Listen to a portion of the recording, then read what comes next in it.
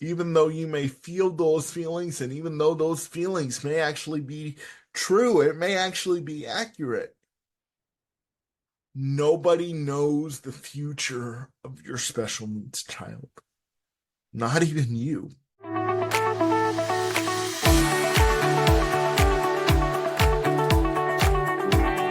Hello, everybody. Welcome to the newest episode of Nick Speaks, the podcast dedicated to giving those in the disabled community a voice, where we speak up, speak out, and speak loud. You guys, today I want to talk to special needs parents, and I really want you to listen to me because I'm going to share my heart with you. Several years ago, I was sitting in a church service, and I don't know if the statistic that I'm going to give you is actually true. I haven't done any research on it, but I adventure to say that it is because I know a lot of single parents, a lot of single moms who are special needs parents. And the statistic that was given was that over 90% of special needs children are in single parent homes. And in the particular statistic that the pastor that I was listening to was giving, he was talking about over 90% over 90% of special needs parents are single moms. And that's because over 90% of special needs dads, once they find out that their child is special needs and they're going to have complex needs the rest of their lives, and they're going to be in wheelchairs or they need to go to multiple doctor's appointments, a lot of times the dads cannot handle it. According to the statistic, over 90% of special needs dads cannot handle that their child has special needs and is not, quote unquote, normal. For those of you that are watching this on YouTube, I just did air quotes, normal. Remember that you can watch this podcast on my YouTube channel at Nicolas Comstock. And I remember that hearing that statistic was startling. I remember the year I heard it. It was 2010. I was sitting in a Sunday morning church service, and my parents have been together for over 40 years. They did not split up, thankfully. But I remember thinking, wow, that's crazy. Over 90% of special needs parents split up because their child is special needs. And the dad in this particular statistic is the one that ends up leaving. And I want to say to those dads who have left because you found out your son or daughter had special needs and you just couldn't fix them. You wanted to fix the problem. And, men are fixers. And when we can't fix something, we're frustrated. Number one, your special needs child doesn't need to be fixed. They're perfect just the way they are. God knew they were going to be like that. God loves them the way they are. You need to love them the way they are too. And it may be hard to accept the fact that your son or daughter is special needs. But you know what? They can't get up and walk away from it. They can't get up and say, screw Down syndrome. I'm not dealing with Down syndrome. They can't get up and say, screw autism. I'm not dealing with autism. So what gives you the right, dad or mom, depending on which one of you walks away? Like I said, the statistic that I was given was over 90% of special needs dads. But I'm sure it could be possibly just as high or maybe about the same with moms. Your daughter, your son that has special needs by no fault of their own can't get up and walk away. They have to go through this journey whether they like it or not. And they need someone like you, mom or dad, that says, yes, it sucks that my daughter has special needs. It sucks that my son has special needs. And some days I can't handle it. And oh, by the way, it's okay to say that, mom and dad. It's okay to say that having a special needs child sucks and it's hard for you. And this isn't what you envisioned. Because let's be honest, if the doctor was told, if the doctor told you that you were going to have a special needs child and you jumped up and clapped and jumped for joy, I would say that you need to see a psychiatrist because nobody wants to hear those words. Your son or daughter is not normal. Nobody wants to hear that. They don't want to hear that their son or daughter has to go to special classes outside from regular kids. They don't want to hear that their son or daughter has to spend hours in PT and OT therapy. They don't want to hear that they're going to have to spend hours upon hours fighting with insurance companies and doctors' offices to get their special medical care that their son or daughters needs. So it's okay to say, special needs mom or dad, I can't handle it. This sucks. But to get up and walk away and leave your son or daughter in the same predicament while you ride off into the sunset and have a normal life, while your son or daughter is still dealing with the effects of Down syndrome or whatever they may have, that's not fair. What if you all of a sudden at a moment's notice become special needs? Do you want the folks around you to say what you said to your son or daughter? I'm so sorry, but I can handle this, so I have to leave. If you all of a sudden become special needs yourself, mom or dad, do you want the folks that have loved you up until that point to crack under the pressure and say, I can no longer deal with this? This is not what I signed up for. No, you would be begging for them to love you just like they always have.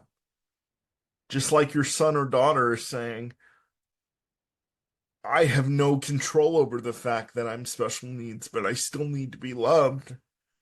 I still need to be cared for. Some of you were sitting listening to this podcast right now, and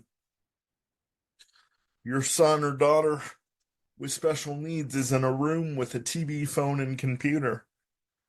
You don't have much interaction with them because you just don't know what to do with them. They're not like your other normal children. They're not in sports. They just sit and watch a TV and love to go out to eat, but that's too much stress for you to even take them out to eat because by the time you get done with your 10-hour or 15-hour workday, the last thing you want to do is go take your special needs son or daughter out of the bedroom and go engage with them because you're so tired from your long workday. But do you understand, special needs parents? It's very tiring having a disability. It's very tiring having to have someone do everything that we wish we could do for ourselves. It's very tiring to have someone make us feel like a burden day in and day out. And what a lot of special needs parents do is that their resentment towards God, their resentment towards the world, because they had a special needs child, spills over onto their special needs children.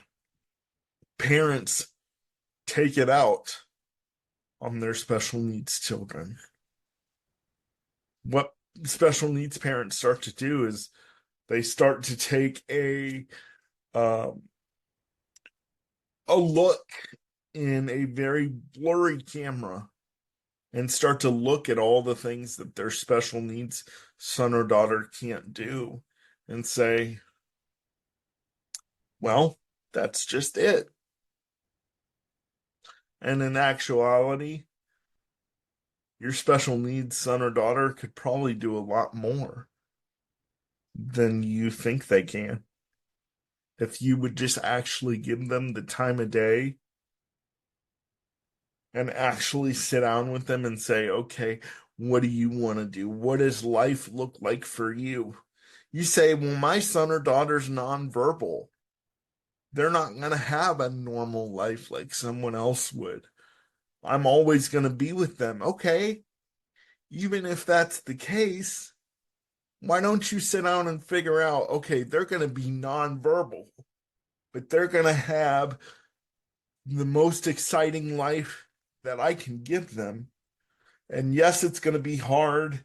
Yes, I'll swallow my pride and go to support groups, but I'm going to make sure they have the best life no matter what. Because their life is already complex because of their disability. And they don't need me making their life more complex because I can't figure out how to handle their disability and I'm not the one that has it. Truth be known, special needs parents, your special needs kids handle their disability a lot more better than you do and a lot more of a better attitude. I don't know how we do it. I say I do it because of God's grace. I'm a born again Christian. I'm a born again believer. That's how I do it. And I don't know how any other way that I would do it. Special needs parents, I beg of you, don't walk out on your son or daughter because they can't walk and leave their disability. Some of them literally cannot walk. They're in wheelchairs. They're blind. They're mentally challenged. And just because they're mentally challenged does not mean their life is over either. It just means that they have to figure out, they have to take another route. The GPS that was set up for them at the beginning of life has to take another route because the route that they were planning on going, God had another route for them. And don't listen to anybody who says, I can fix your son or daughter. Like I said at the beginning of this podcast, your special needs son or daughter does not need to be fixed. They are perfect the way they are. God loves them the way they are. Do I believe God can heal special needs? I absolutely do. But I also believe that God can use those of us in the special needs community to wake up those who aren't special needs and say, it's hard for them to get up out of bed every day. I've given you legs. I've given you a good mind. You don't need any home health care. And yet you still struggle to get out of bed every day. What's your excuse? Parents, I'll say this. Don't ever say to your child with special needs, you'll never get married. You'll never have a job. You'll never live on your own. Even though you may feel those feelings, and even though those feelings may actually be true, it may actually be accurate. Nobody knows the future of your special needs child, not even you. My pastor's son is special needs, was born with the most severe case of autism back in 1993 when they were first discovering autism. My pastor and his lovely wife were told, put your son in an institution and forget that he was ever born. Today, their son works on our social media team at our church. Their son has a girlfriend, has had a girlfriend for 7 years. Their son is one of the most brilliant minds at our church, and he is a fully functioning member of society.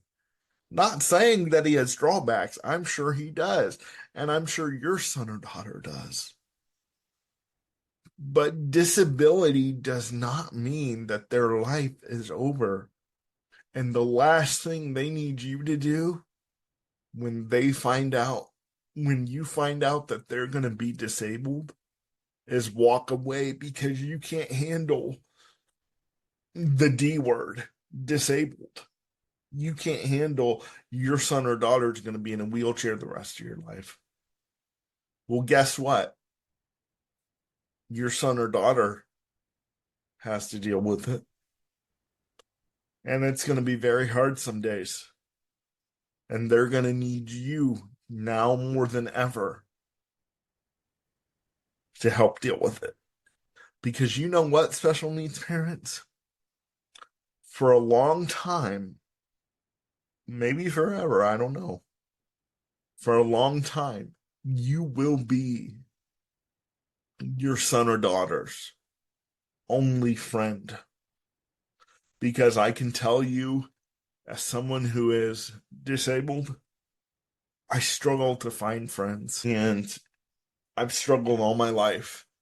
And for a while, I was called a mama's boy because I was always wanted to be with my mom. And for many years, my mom was my primary caregiver. You will be your special needs son or daughter only friend for a long time.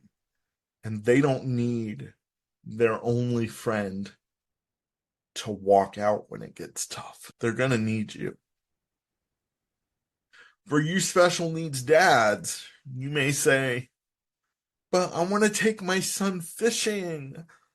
I don't want to sit and watch little kiddie shows. I want to take my son fishing.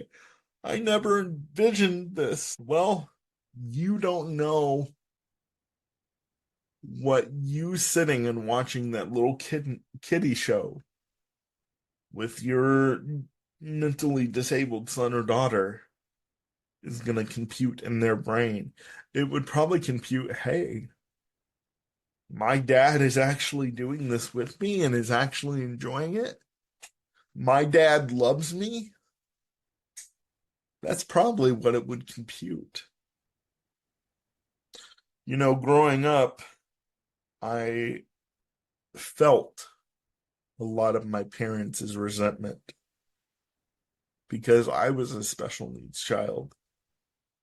For years, I have struggled to know whether or not my dad loves me or not. We're at a better place now than what we've been. We're not best friends. I don't think we'll ever get to that point. But if there's anything that your special needs child needs to know, mom and dad, number one, their disability is not their fault. Number two, they don't need fixed. They're perfect just as they are. Number three, you love them no matter what. And number four, you're not mad at them because they're disabled. That's what they need to know.